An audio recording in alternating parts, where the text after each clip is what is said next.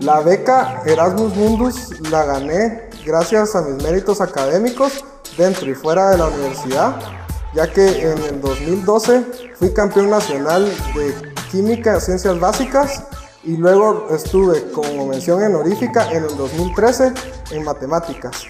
La beca Erasmus Mundus me permitirá estar 10 meses en Austria, en la Universität für Bodenkultur, donde podré seguir mis estudios de termodinámica, microbiología y además especializarme en biotecnología y bioingeniería. Esto se logró gracias a que la Universidad Rafael Andívar tiene convenios tanto con universidades latinoamericanas como europeas, por lo cual podemos continuar nuestros estudios fuera del país. Estoy entusiasmado, es un sueño hecho realidad, yo siempre quise estudiar ahí.